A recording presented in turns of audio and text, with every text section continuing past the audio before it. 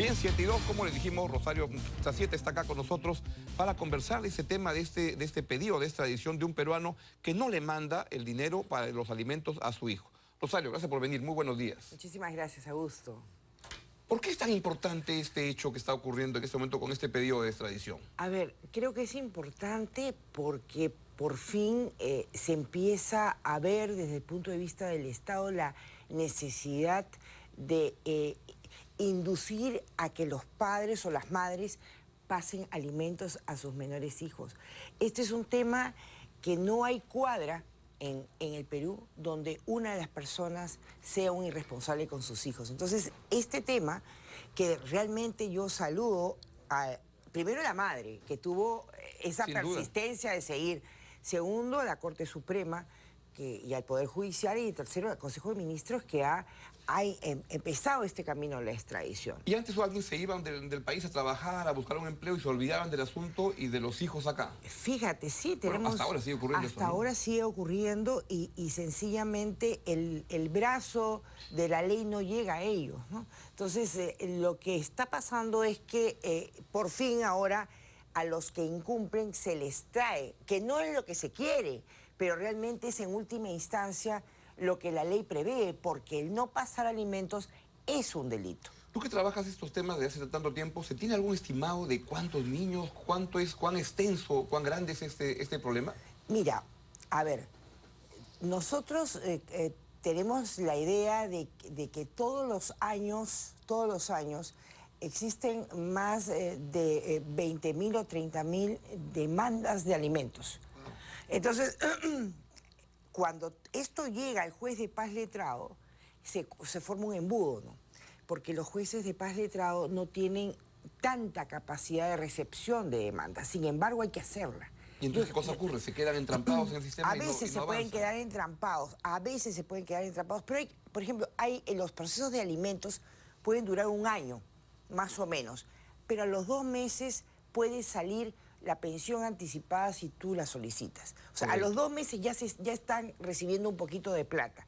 Pero hay que iniciar la demanda, no necesitas abogado, no hay defensa cautiva, tú compras un formulario, pagas un sol y lo presentas ante el juez de paz letrado de tu distrito. Entonces no hay por qué no hacer esta demanda de alimentos. ¿Y sería muy difícil que se concrete la extradición? Es decir, esto funciona como una especie de amenaza, de manera que la persona que está en Barcelona, en Nueva York, en Argentina, ¿cumple con pagar o efectivamente se le va a traer si es que no? Bueno, se le va a traer. Este caso ya está cerrado. Este caso ya se le trae. Pero que no se piense tampoco que ahora va a haber una ola de extradiciones. El proceso es largo, ¿no? Y es el último recurso. Nosotros estuvimos reunidos en el noviembre del año pasado con el ministro de Relaciones Exteriores, con el canciller Roncayolo. Me aceptó la entrevista y yo le planteé la problemática de todos los niños y niñas que no podían tener alimentos porque los padres habían migrado y era una irresponsabilidad absoluta. ¿Y eso es una respuesta a ese tipo de preocupación que es tan Esta es una legítima, respuesta, ¿no?, solitaria. Es decir, solamente la extradición será para la persona que interponga o quien impulse la extradición. Pero la propuesta hecha a Torre Tagle era que Torre Tagle hiciera convenios con los países donde habían más peruanos migrantes, de tal manera que las sentencias que tenían las mujeres aquí de alimentos pudieran valer allá, en donde estuvieran, en Japón, en Chile, en Argentina, en fin, en España, donde esté. De tal manera que la persona obligada, al momento de ir a su trabajo, se le retirara y se le embargara. No traerlo, sino retirarle y embargarle. Ahí mismo. Ahí mismo. El canciller Roncayolo se ha sentido realmente, le encantó la idea, nombró a 2 personas responsables de esto. Se ha formado, creo que, una comisión multisectorial y me encantaría que ustedes pudieran conversar con el canciller para ver en qué está. Le vamos a preguntar, nos parece muy importante. ¿Qué le dirías a la señora, a la persona que tiene este problema, que te está escuchando y que dice, caray, yo tengo al padre de mis hijos, está en Argentina, en Nueva Jersey, en algún lugar, y no me manda nada de dinero? ¿Qué tiene que hacer? Bueno, en primer lugar, no caer en la amenaza. Es decir, si tú me haces esa demanda, yo te quito a mis hijos. Eso es falso. Nunca va a pasar eso. Uno. Dos, no crea que porque la otra persona tiene mayor capacidad económica y usted está desposeída o desposeído, pues le va a arranchar a sus hijos. Eso no es. Hay que hacer la demanda. Fíjense, si no hacen la demanda, a los 18 años vence el término. Entonces, vence el plazo para presentar la demanda de alimentos.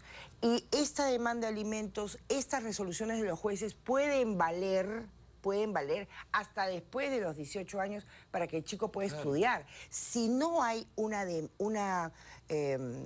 si no hay una demanda de alimentos al obligado, estamos creando irresponsables a gusto del país. Y no se puede ir por la vida teniendo hijos y no asumiendo sus obligaciones, ¿no? Sin la menor duda. ¿Tú sientes que es una norma que puede ayudar en este proceso de asegurarle los recursos básicos a un niño para que pueda crecer? Pero por supuesto, un niño sin alimentos se le corta sus proyectos de vida. Y sobre todo, se le corta la posibilidad de tener, por ejemplo, salud. Y luego las mamás a veces dicen, yo voy a cuidar sola, yo voy a sacar adelante a mi hijo sola, no necesito de él. Falso. Falso. Falso, porque algún día estarás enferma y tu hijo después te dirá, mamá, ¿por qué no le hiciste juicio a mi padre? Si hubieras hecho juicio a mi padre, yo hubiera tenido una mejor calidad de vida, no hubiera estado en la universidad, en un colegio nacional, hubiera estado en un colegio privado. Este problema de alimentos es un problema que golpea fuertemente al Estado, porque el Estado tiene que soltar de su bolsillo todos los contribuyentes para poder proteger a ese niño abandonado por un irresponsable. Es una obligación que el Estado tiene. Aquí hay un tema de cuánto y cómo vas creando cultura de que el Estado está vigilando que se aseguren los recursos. De lo contrario, va a actuar. Sí, pero no hay derecho, Augusto, que el Estado tenga que invertir en un niño que tiene un padre. Claro que sí. Y en vez que invertirlo en un niño que no tiene padre, que está huérfano. ¿Quién paga el costo del trámite de extradición que tiene sus bemoles, ¿no? No es tan sencillo. El Estado. El Estado, ¿no es cierto? ¿Quién paga todos los años de todos los juicios? Me refería con el deber que el Estado tiene de invertir recursos en esto. Y no hay derecho tampoco, que el Poder Judicial tenga que tener tantos juicios de alimentos cuando es más fácil conciliar. Hay gente que no sabe conciliar. Es muy triste que un juez te diga a ti cuáles son tus obligaciones, y te tenga que decir cuál es la pensión. Es mejor ponerse de acuerdo. Una conciliación en estos casos es lo más óptimo y lo mejor para ambas partes. ¿Están las embajadas, los consulados preparados para administrar estos casos o van a requerir algún tipo de adiestramiento, ayuda para estar listos? No, los cónsules conocen perfectamente el proceso legal de extradición. Recién ahora en el siglo XXI tenemos el primer extraditado en materia de alimentos y creo que, y así como lo propuse a la FAO, el delito de no pasar alimentos es un delito de lesa humanidad. Sin duda. Y debería ser perseguible en cualquier parte del mundo. Rosario, pregunta final. ¿Hay más normas pendientes que están en camino vinculadas a estos temas de alimentos, de pensiones de los chicos? Tú sabes que yo tengo yo no soy congresista ahora, pero sí me encantaría ver que se pudiera impulsar el cambio del proceso de alimentos para un niño que es discapacitado. Ah, mira, explícate. O sea, es decir, si el proceso de alimentos tiene, digamos, un trayecto, debería ser mucho más expeditivo cuando el niño es autista, cuando el niño es sordo. Como que eso tuviera preferencia de repente en la gaveta de entrada del juez, que eso pase más rápido. Podría ser eso, se conversa con el presidente del Poder Judicial para que hagan esa prelación, pero por ley podría darse un cambio en la forma de algún tipo de sala especializada que se encargue, son casos más complicados, distintos, mira, ¿no? Presupuestalmente... Y de repente hay un juez que simplemente le da el mismo tipo de pensión a un niño que no tiene alguna discapacidad grande que a otro que sí. Tú no tienes idea cómo a veces hay que bregar con hacer entender también a algunos jueces que no son de familias, algunos jueces que con 300 soles no se pueden vivir. Claro. Es imposible, ¿no?, que puedas vivir con 300 soles. Rosario, muchísimas gracias por venirnos a comentar y a explicar esta norma que es tan importante y que hay que apoyarla mucho, porque genera justicia para muchos niños y niñas que quedan desamparados. Muchas gracias, Augusto. Que tengas un estupendo día. Muchas gracias. Gracias.